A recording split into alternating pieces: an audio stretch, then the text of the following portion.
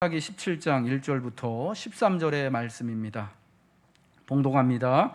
에브라임 산지에 미가라 이름하는 사람이 있더니 그의 어머니에게 이르되 어머니께서 은 1,100을 잃어버리셨으므로 저주하시고 내 귀에도 말씀하셨더니 보소서 그 은이 내게 있나이다.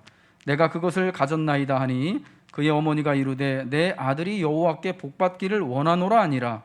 미가가 은 1,100을 그의 어머니에게 도로 주매 그의 어머니가 이르되 내가 내 아들을 위하여 한 신상을 새기며 한 신상을 부어 만들기 위해 내 손에서 이 은을 여호와께 거룩히 드리노라. 그러므로 내가 이제 이 은을 내게 도로 주리라. 미가가 그 은을 그의 어머니에게 도로 주었으므로 어머니가 그 은 200을 가져다 은장색에게 주어 한 신상을 새기고 한 신상을 부어 만들었더니 그 신상이 미가의 집에 있더라. 그 사람 미가에게 신당이 있으므로 그가 에봇과 드라빔을 만들고 한 아들을 세워 그의 제사장으로 삼았더라. 그때에는 이스라엘의 왕이 없었으므로 사람마다 자기 소견에 옳은 대로 행하였더라. 유다 가족에 속한 유다 베들레헴에 한 청년이 있었으니 그는 레위인으로서 거기서 거류하였더라. 그 사람이 거주할 곳을 찾고자 하여 그 성읍 유다 베들레헴을 떠나가다가 에브라임 산지로 가서 미가의 집에 이르매 미가가 그에게 묻되 너는 어디서부터 오느냐 하니 그가 이르되 나는 유다 베들레헴의 레위인으로서 거류할 곳을 찾으러 가노라 하는지라. 미가가 그에게 이르되 내가 나와 함께 거주하며 나를 위하여 아버지와 제사장이 되라. 내가 해마다 은 10과 의복 1벌과 먹을 것을 주리라 하므로 그 레위인이 들어갔더라. 그 레위인이 그 사람과 함께 거주하기를 만족하게 생각했으니 이는 그 청년이 미가의 아들 중 하나같이 됨이라. 미가가 그 레위인을 거룩하게 구별하며 그 청년이 미가의 제사장이 되어 그 집에 있었더라. 이에 미가가 이르되 레위인이 내 제사장이 되었으니 이제 여호와께서 내게 복 주실 줄을 아노라 하니라. 아멘. 할렐루야. 찬양대 찬양 드리겠습니다.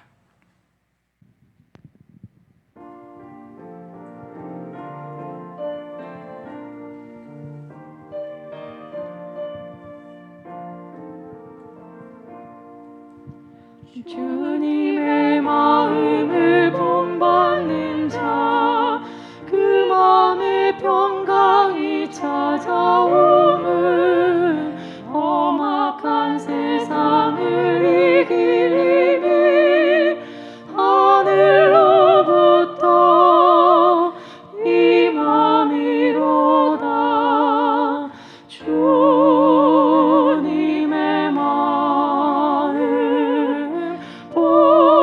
본받아 살면서 주님의 그 거룩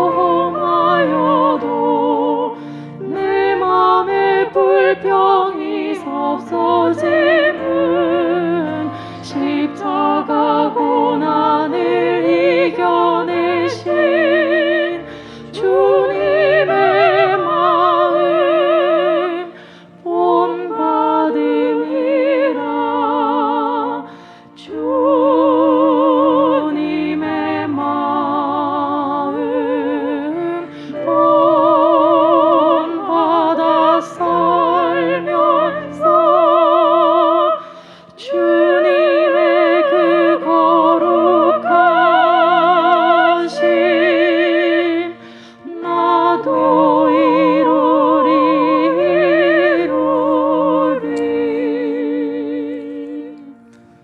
아멘. 우리 박수로 하나님께 영광 올려드리겠습니다. 바다를 메워도 사람의 욕심은 못 메운다라는 옛 격언이 있습니다.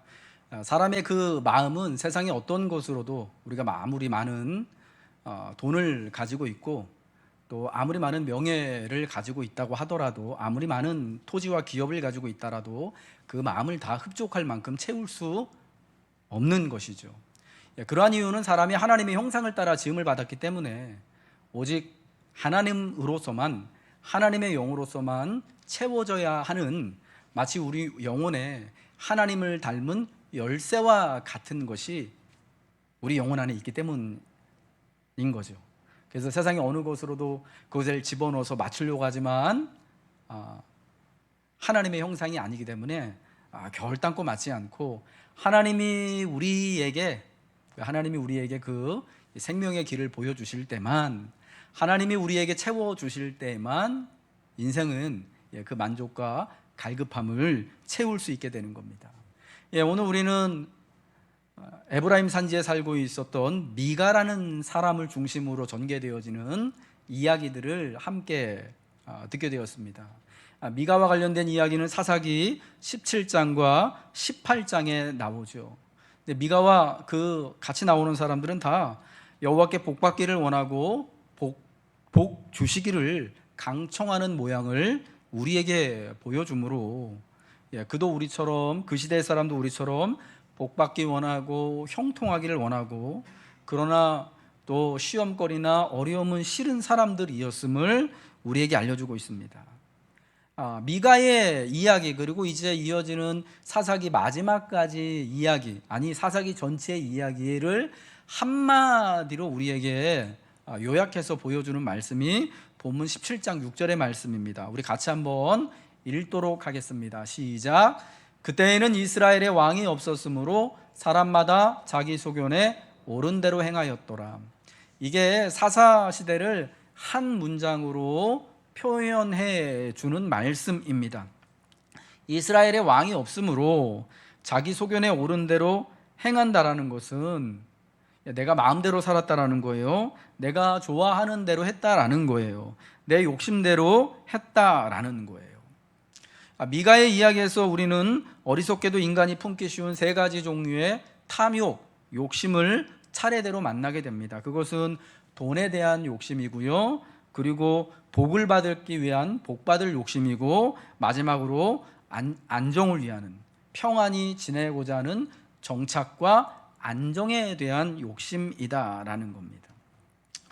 먼저 우리가 경계해야 할 돈에 대한 욕심을 살펴보도록 하겠습니다. 이것은 미가의 어머니와 관련되어서 살펴볼 수 있습니다. 미가의 어머니 이야기를 통해서요, 이 돈이 사람을, 그 돈을 잃어버렸기 때문에 어떤 특정한 사람을, 또 불특정한 사람을 저주하기도 하고, 또 돈 때문에 그 저주가 급작스럽게 축복으로 바뀌기도 하는 것을 미가의 어머니를 통해서 보게 됩니다. 미가의 어머니는 어느 날 은 1,100개를 잃어버렸습니다. 상당히 많은 양의 돈을 잃어버리게 된 것입니다. 그 일로 인해 자신의 이 은을 훔쳐간 알지 못하는 그 불특정한 누군가를 저주하게 되었죠. 은 1,100개를 잃어버린 것이 이유였습니다. 목숨과도 같은 그 돈을 자기의 모든 것이라고 이 은을 여기고 있었기 때문에 그게 없어지니까 저주를 하게 되는 것입니다. 여러분, 돈이 모든 것인 사람은 그것을 잃어버렸을 때 모든 것을 잃어버리게 되는 것이죠. 그러니 저주라는 행동이 나오게 되는 것입니다. 그 돈이 너무 생각이 나고, 그 돈을 훔쳐간 사람이 너무 괘씸하고, 내가 죽어서도 결코 용서할 수 없는 그런 분노에 사로잡히게 되는 것입니다. 그래서 저주하면서 돈이 그것을 가져간 이에게 독이 되기를 바라는 것이죠. 여러분, 돈이라는 것이 참 희한해가지고 우리 한글로 돈이라는 것의 그 받침 니은 있잖아요. 그것을 어느 방향으로 돌리든지 180도를 돌리면은 돈이 독이 돼버려요. 그러니까 돈이요, 사실은 많으면 좋은 것 같지만 돈은 언제나 옳고 돈은 언제나 내게 힘이 되는 것 같고 언제나 나를 든든하게 해주는 것 같지만 그런데 여러분 그게 굉장히 많은 경우 독이 되어 버린다라는 것입니다. 미가의 어머니는 그것이 잃어버려서 독이 됐고요. 또 그것을 도로 찾아서 또 그게 또 독이 되어지는 거예요. 여러분 명심하십시오. 돈은 모든 것을 할 수 있는 열 수 있는 만능 열쇠와 같지만 여러분 그것은 그러나 양날의 검과 같아서 그것이 또 독이 되어져서 나를 내 삶을 이렇게 불태워져 버리는 그러한 권능을 발휘하기도 한다라는 것입니다. 왜요? 지금 보세요. 돈을 따라서 저주를 하기도 하고 돈을 따라서 축복을 하기도 하잖아요. 그러니까 내가 만약에 어떤 사람의 돈을 가지고 오게 됐다, 어떤 이유에든지 돈을 벌었습니다. 그러나 또 그 돈을 잃어버린 사람, 뜯긴 사람들은 입장에서는 여러분 저주하지 않겠습니까? 여러분 그 저주가 다 어디로 가겠어요? 그러니까 돈을 따라서 저주를 하고 축복을 한다라는 것은 이게 참 불행한 일인 것이죠. 그런데 이 돈을 여러분 누가 훔쳐가겠습니까? 그녀의 아들인 자기 아들 미가가 훔쳐간 거예요. 어머니의 은이 탐이 났던 것이죠. 미가는 어머니의 저주를 듣고 그 저주가 자신에게 임할까 훔쳐간 돈을 도로 어머니에게 돌려드립니다. 어머니, 내가 이 돈을 가지고 있었습니다. 돈 훔쳐간 것에 대하여서 아무런 어머니 잘못했습니다 이런 것도 없고 너 왜 그랬니 하는 말도 없습니다. 그리고 그 어머니의 반응이요 되게 재미가 있어요. 어떻게 합니까? 2절에 그의 어머니가 이르되 내 아들이 여호와께 복받기를 원하노라 라고 말합니다. 조금 전까지 분명히 1절에서요 자기 돈을 잃어버린 거에 대하여서 돈을 훔쳐간 사람을 저주했어요. 이 망해버려라, 그냥 죽어버려라, 막 이런 막 엄청난 저주를 퍼부었는데 그 돈을 도로 찾으니까, 그리고 그 돈을 훔쳐간 사람이 누구예요? 아들이 돈을 찾아다 준 게 아니라 내가 가지고 있었습니다라고 실토한 거거든요. 그러니까 자기 아들이 훔쳐간 것을 분명히 알고는 내 아들이 여호와께 복받기를 원한다라고 말한 겁니다. 여러분 그 아들의 행동이 지금 복받을 만한 행동입니까? 어머니 몰래 돈을 슬쩍 했어요. 조금씩 가져간 것도 아니고 어릴 적 우리들이 간식 사 먹으려고, 과자 사 먹으려고, 오락실 가려고 부모님 몰래 부모님 지갑에 막 손대는 경험들 저는 있었거든요. 그랬었거든요. 그런 거하고 차원이 다르잖아요. 은 1,100개면은 이게 상당히 큰 액수고요. 그리고 뭐 지금처럼 뭐 돈이 종이로 되어 있는 것도 아니고 혹은 뭐 5만 원권 뭐 수표 이렇게 있는 것도 아니고 그냥 그 은을 그냥 쌓아놓는 거잖아요. 그러니까 엄청나게 분량도 많은 그것을 가져간 거란 말이에요. 그러니까 이게 사실은 굉장히 큰 잘못을 저지른 것이고 누가 보더라도 이거는 진짜 그 형사 처벌 받을 수밖에 없는 그런 일 아닙니까? 그런데 곧바로 저주를 했다가 곧바로 축복의 말을 하는 겁니다. 누가 보더라도 이 아들이 미가란 사람이 복받을 만한 짓을 한 게 아니에요. 잘한 일을 한 게 아닌데 내 아들이 여호와께 복받기를 원한다고 합니다. 왜 그렇습니까? 돈을 지금 도로 찾았거든요. 어쨌거나. 그러면서 또 한 가지 이유는 혹여라도 자기가 한 저주 때문에 아들이 저주를 받을까 봐 복받기를 원한다라고 그 흠새 바꾸는 거예요. 돈을 잃어버려 저주가 나왔다면 돈을 도로 찾았기에 복받기 원한다고 축복합니다. 돈을 잃으면 저주인 것이고 돈을 도로 찾으면 복인 것입니다. 돈에 모든 것이 달려 있습니다. 돈이 인생의 모든 것이 되는 모습입니다. 여러분 오늘날도 사실은 우리가 이러한 시대를 살고 있지 않습니까? 세상의 어떤 권력과 힘복 권세보다 돈이, 시장이, 경제가 앞서 있는 시대를 우리가 살아가고 있습니다.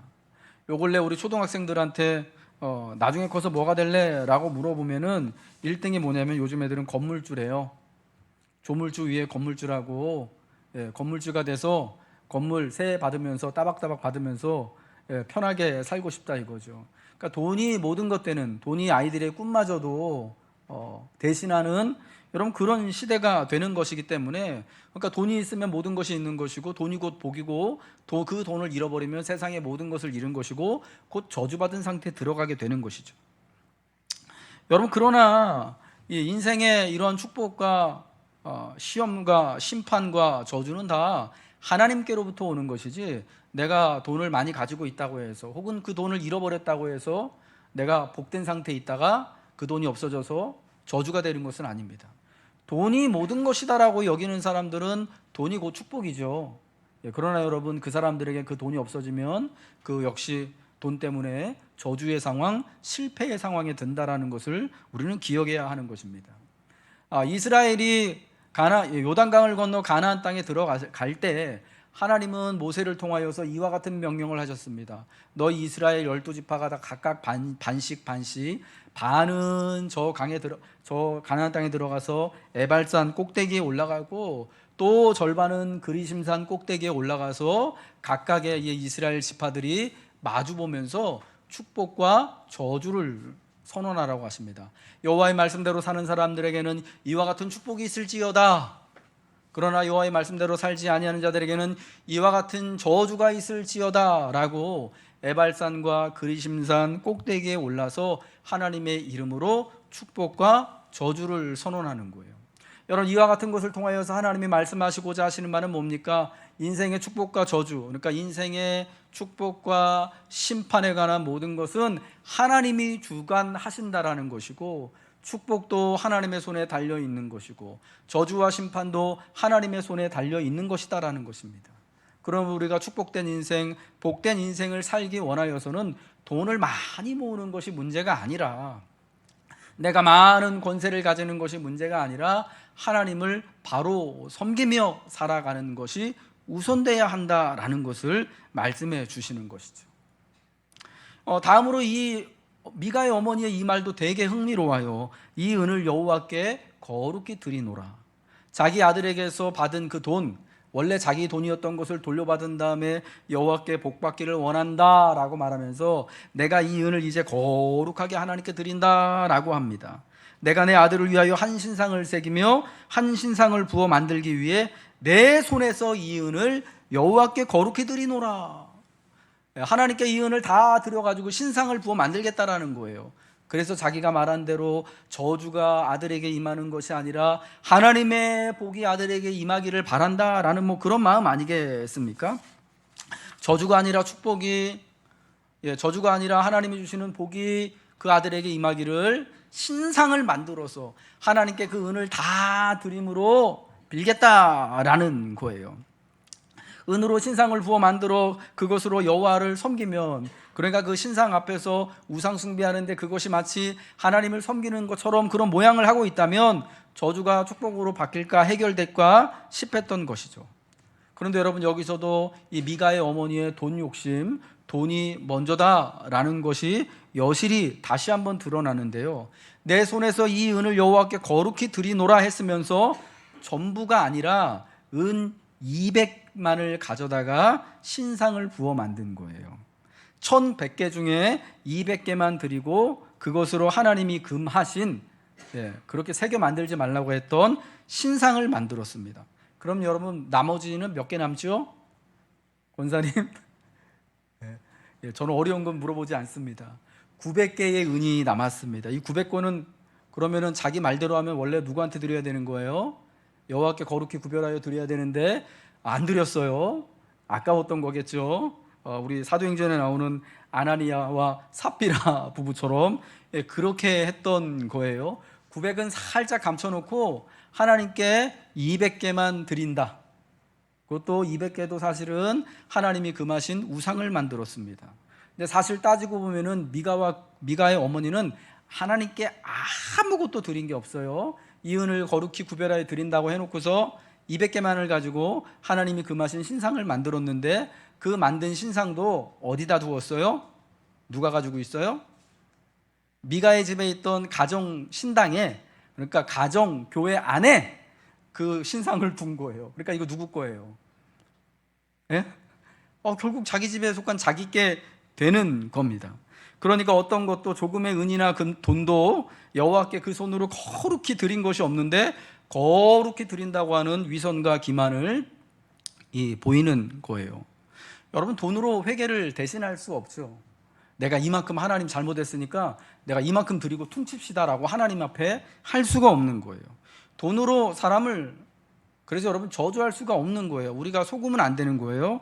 돈으로 축복할 수도 없는 것이고요. 사실은 돈으로 우리의 거룩함을, 경건함을 살 수도 없는 거예요.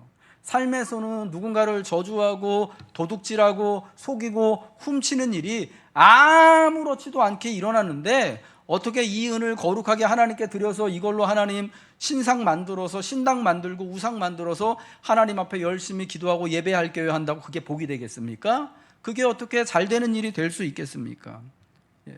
오직 성도는 하나님이 말씀하시고 하나님이 뜻하신 바를 따라서 살아가며, 하나님의 뜻하신 바를 따라 하나님을 나의 왕으로 섬기며 하나님이 보시기에 옳은 대로 살아갈 때에만, 그때 온전한 회개도 일어나는 것이고 온전한 축복도 하나님으로부터 우리가 받게 될 줄 믿으시기 바랍니다. 이 두 번째로요, 이 미가는요 경건으로 포장된 복에 대한 욕심이 있었던 거예요. 미가는 어머니가 만들어준 신상을 바탕으로 그 집의 가정 성전을 세웁니다. 그 집에 신당이 있고 에봇과 드라빔을 만들었어요. 그리고 자기 아들 중 한 명을 선택해서 제사장으로 세웁니다. 에봇은 제사장이 입는 거룩한 옷이고요. 드라빔은 그 당시 이제 가나안 사람들이 각 가정마다 우리나라 옛날에 어머니들 집에 신주단지 모시고 있는 것처럼 가정 우상이에요. 그것은 하나님의 뜻과는 관계없이 되어지는 거죠. 하나님은요, 자기 좋을 대로 내가 볼 때 이게 이렇게 하면은 저주가 축복으로 바뀔 것이다라고 여기는 대로 하는 것이었습니다. 그리고 유다 베들레헴에서 온 레위 청년 제사장이 그가 정착할 곳을 찾지 못하고 떠돌아다니는 것을 보고 자신의 가정 제사장으로 고용을 합니다. 이제 미가의 집에는 겉으로 보기에는 하나님께 제사할 수 있는 가정 성전이 있고요, 가정 전용 레위 제사장이 있습니다. 그러고 나서 그제서야 미가는 뭐라고 말합니까? 12절에 이에 미가가 이르되 레위인이 내 제사장이 되었으니 이제 여호와께서 내게 복 주실 줄을 아노라 하니라. 이 사람이 하나님께 복 받을 조건이 뭐라고 여겼냐면 처음에는 돈이라고 생각을 했어요. 그래서 그 돈을 훔쳤겠죠. 그리고 나중에 그 돈을 바탕으로 신당, 하나님을 제사할 그 우상의 초소를 자기 마음대로 만들어 놓고 자기 마음대로 에봇도 만들고 드라빔도 만들고 그리고 자기 마음대로 아들 중에 하나를 제사장으로 세웠는데, 그것 가지고도 이게 조건에 안 자기 기준에 볼 때 조건에 안 맞는 거예요. 그래도 좀 정통 제대로 배운 혈통 있는 좀 이렇게 좀 증서 확실한 제사장이 있으면 좋겠는데 싶다가 레위 청년 제사장을 보고 자기 집에 고용한 거 아닙니까? 그래서 이제는 하나님께서 내게 복 주실 줄 아노라, 이제 내가 복 받을 모든 준비가 됐다라고 한 겁니다. 여러분, 미가의 목적은 뭐냐면 이런 것들을 다 해서 돈을 통해서 가정의 신당을 세워서 자기 마음대로 제사장을 가려 뽑아서 복 받기를 원하는 거였습니다. 그런데 미가가 한 일은요, 그가 할 일이 아니에요. 누가 해야 하는 일입니까? 하나님이 하시는 일입니다. 하나님이 예배 초소를 이루시는 것이고요, 하나님이 레위 사람을 구별하여 거룩한 제사장으로 삼으시는 거예요. 그러니까 자기가 하는 일이 아니에요. 그러니까 레위 사람은 여러분 어떤 사람입니까? 하나님께서 이스라엘의 12지파 남자들을 대신해서 그들 가운데 첫 번째 장자들은 다 하나님의 것으로 속량하셨다라는 증거로 레위 지파를 다 하나님 것으로, 하나님 기업으로 삼으신 것 아니겠습니까? 여러분, 그래서 그들을 다 거룩한 하나님을, 하나님이 각각의 지파에 속한 그 예배 처소에서 하나님 앞에 같이 제사 드리고 하나님의 말씀을 가르치도록 하기 위하여서 레위 지파 남자들을 가려서 그 중에 20세 이상 되는 사람들을 제사장으로 세우시는 건데, 지금 미가는 자기 마음대로 지금 하고 있었던 거예요. 그러나 하나님의 법과 식을 무시하고 하나님이 세우셔야 하는 교회를, 하나님이 세우셔야 하는 예배 처소를 자기 집에다가 만들어 놓고, 그게 그러니까 필연적으로 우상의 재단이 될 수밖에 없는 거예요. 여러분, 그 가정 재단에서 무엇을 위해서 빌까요? 나라와 민족을 위해서 빌까요? 아니면 그 시대를 위해서 하나님의 뜻을 위하여 빌까요? 오직 자기와 자기 가정의 복을 위하여서만 빌게 되는 거예요. 만몬만을 섬기게 되는 거예요. 자기의 원함만을 섬기게 되는 거예요. 자기의 욕심만을 섬기게 되는 거예요. 필연적으로 우상숭배의 자리가 될 수밖에 없는 것이에요. 그런데 이것을 경건을 가장하여서 다 만들어 놓고 나는 이만큼 내 가정에서도 이렇게 하나님을 섬긴다. 내가 이만큼 신당을 꾸밀 만큼 성전을 꾸밀 만큼 그리고 개인적으로 내가 비록 이렇게 또 내 재산이 충나지만은 1년에 은 10개씩 주고 의복 하나씩 주고 먹이고 입히고 채우는 것을 통해서 내가 이렇게 헌신하는 것을 통하여서 하나님을 섬긴다. 겉으로는 굉장히 경건하고 신앙적인 것 같아 보이지만 이것이 사실은 다 하나님의 뜻과는 어긋난 것이기 때문에 자기의 탐욕을 섬기고 마침내 우상숭배의 자리로 갈 수밖에 없는 결과를 가져오게 되는 것이죠. 하나님 백성은 경건으로 포장한 이러한 위선을 경계해야 하는 것을 성경은 말씀하는 겁니다. 어떻게 사느냐와 관계없이 그저 내가 열심히 제사하고 복을 빌면 복을 받을 것이라고 여기는 게 이게 무속신앙이고 이게 여러분 우상숭배 아니겠습니까? 사실 미가의 문제는요, 복을 최고로 여기는 거예요. 어떻게 해서든 관계없이 복만 받는다면, 돈만 잘 번다면 내가 속이든 일을 하든 훔치는 일을 하든 내가 누구를 섬기든 무슨 일이든 관계없다라는 거죠. 이것은 미가 이야기와 관련하여 후에 단 지파가 미가 집의 우상과 제사장을 훔치고 강탈하고 데려가는 것으로 연결이 돼요. 백주대낮에 이와 같이 단지파가요 미가의 집에 쳐들어와서 그 집에 있는 신상 에봇과 드라빔을 강탈하고 아무 말도 못하게 위협하는 것은 복받는 것이 최고라 여기고 있기 때문이죠. 여러분 꼭 기억하시기 바랍니다. 우리의 목적은 복받는 것에 있는 것이 아니에요. 우리의 욕심을 그대로 받아도 메우지 못할 내 마음을 다 내가 원하는 대로 채우는 것에 있는 것이 아니라 하나님을 잘 섬기고 하나님의 뜻을 따라 거룩한 그분의 자녀가 되는 것에 있다라는 것입니다. 여러분 그럼 하나님은 누구를 복 주실까요? 하나님은 누구를 복 주시겠습니까? 출애굽 시대 이후 하나님이 하나님의 백성을 만드신 이후에 누누이 강조하시는 것은 하나님의 백성답게 살아갈 때 약속하신 땅을 기업으로 누릴 수 있게 된다라는 거예요. 하나님의 축복이 하나님께 순종하는 자, 그 말씀을 듣고 그대로 행하며 살아가는 이들에게 임할 것임을 말씀해 주는 거 아니겠습니까? 그러므로 하나님을 왕으로 섬기지도 않고 하나님 뜻대로가 아닌 자기 소견에 옳은 대로 살아가는 이에게는 하나님이 나누어 주실 복이 없게 되는 것입니다. 이제 우리는 마지막으로 이 레위 청년 제사장의 이야기를 보게 됩니다. 이와 관련해서는요, 안정에 대한 정착에 대한 욕심을 우리가 만나게 됩니다. 사실 이 부분은요, 이 세 가지 욕심, 돈에 대한 욕심이나 복받을 욕심이나 정착과 안정에 대한 욕심이나 오늘 우리가 다 가지고 있는 욕심이에요. 그러나 특별히 우리 같은 평범한 사람들이 이 사실은 불안하고 어려운 시대에 비정규직이 70%가 넘쳐나고 우리나라가 노인 70대 이상 노인 빈곤율이 OECD 1등인 나라를 살고 있는 이 시대에 사실 사람들이 정말 바라는 게 뭡니까? 돈을 억수로 많이 버는 거. 그래서 누가 보든지 내가 뭐 복받은 사람이고 잘 되는 사람이다라고 형통하는 사람이다, 명예로운 사람이다라는 것을 보기를 원하는 여러분 그런 게 아니라 내가 젊을 때나 중년이나 나이가 들어서 노년이나 좀 잘 안정되게 정착 잘하고 살았으면 좋겠다 하는 거 아니겠습니까? 그렇죠? 저도 그러길 바래요. 솔직히. 그리고 여러분 이게 사실은 큰 잘못이 아닌 것 같아요. 그런데 이게 전부가 되면은 이게 정착하고 편하게 사는 것, 무리 없이 사는 것이 전부가 되어져 버려서 하나님의 부르심과 뜻을 멀리하게 되면은 문제가 된다라는 겁니다.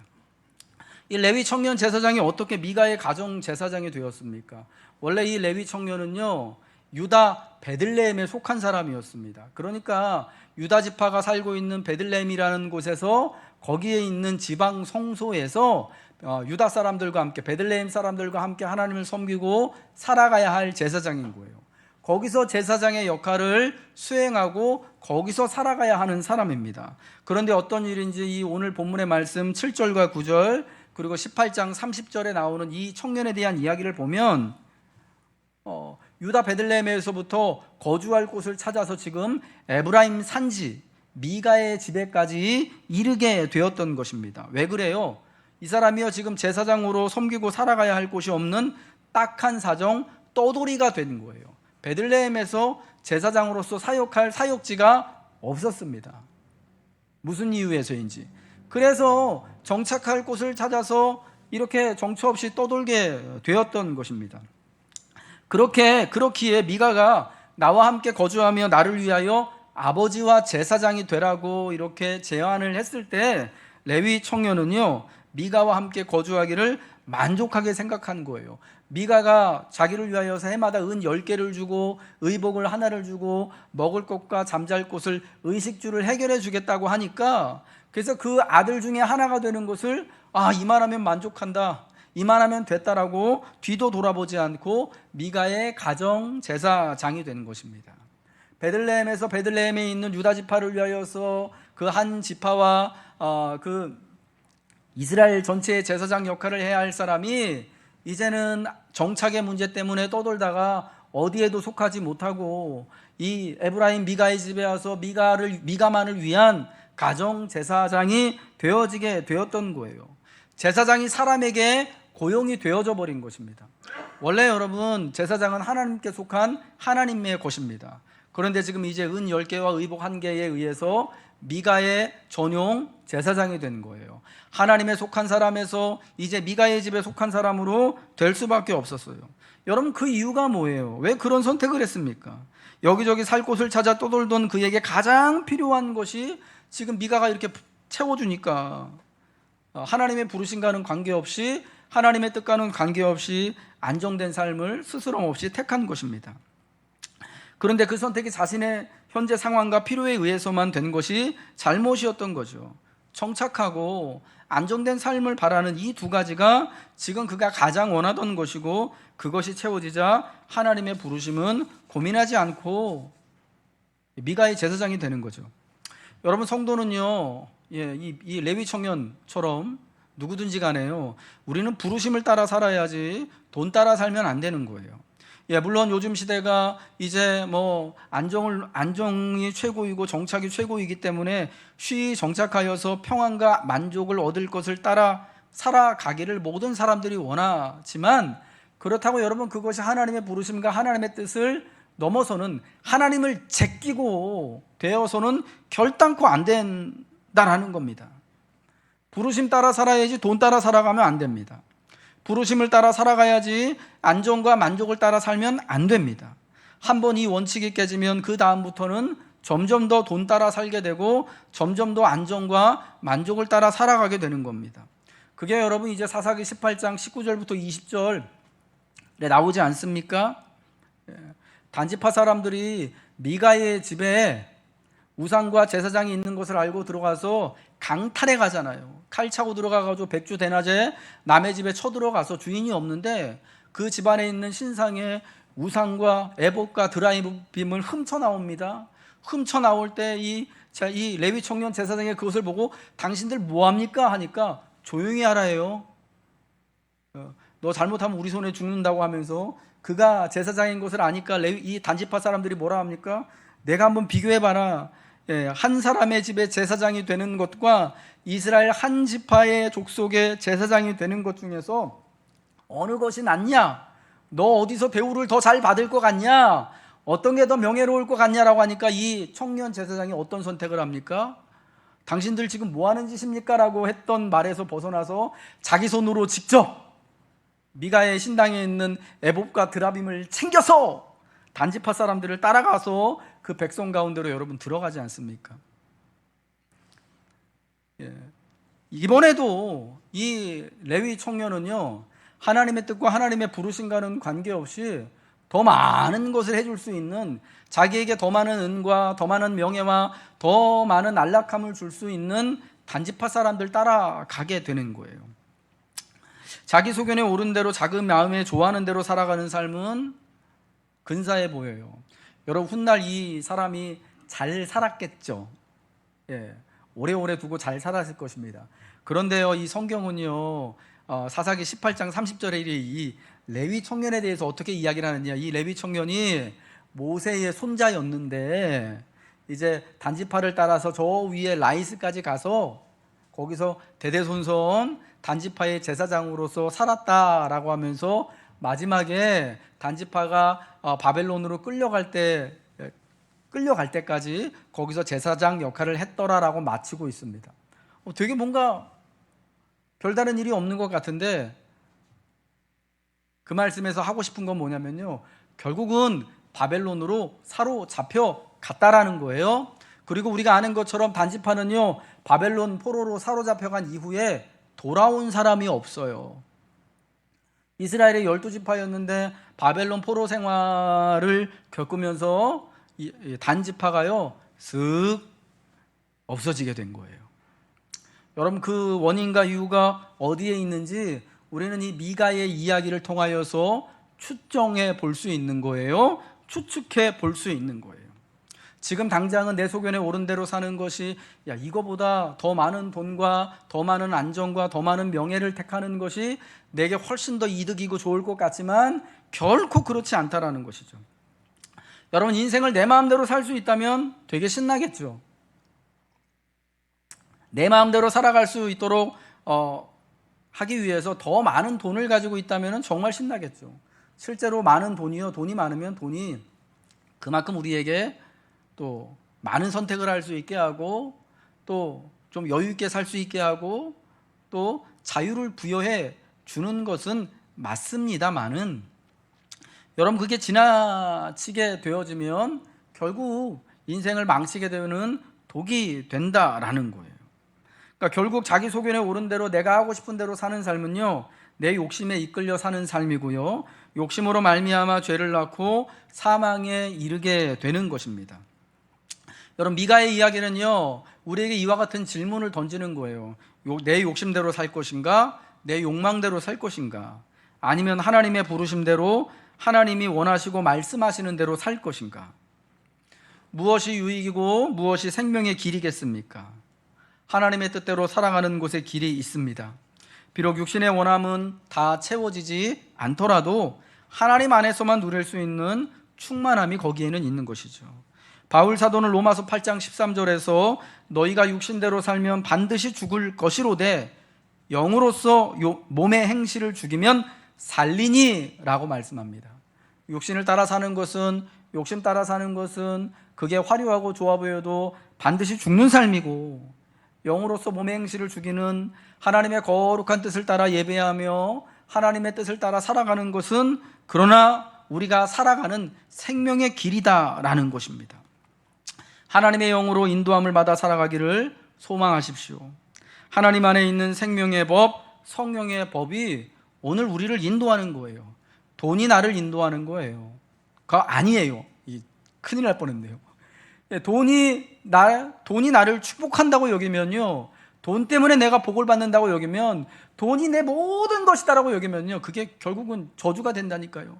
잃어버리면 다 잃어버리는 것이고 돈의 축복이 곧 저주로 바뀌게 되는 것이죠. 하나님 안에 있을 때만 우리는 마침내 온전한 만족과 평안을 얻습니다. 하나님 안에만 생명과 그 길이 있음을 여러분 기억하시면서 우리가 언제나 내 육신의 필요가 다 원함이 채워지지 않는 그러한 불편함이 있을지는 몰라도 하나님 안에 있는 영혼의 온전한 만족함으로 말미암아 마침내 이 땅의 삶에서도 그리고 하나님과 함께하는 영원한 삶에서도 하나님이 주시는 생명과 평안과 삶을 누리시길 주님의 이름으로 축복합니다.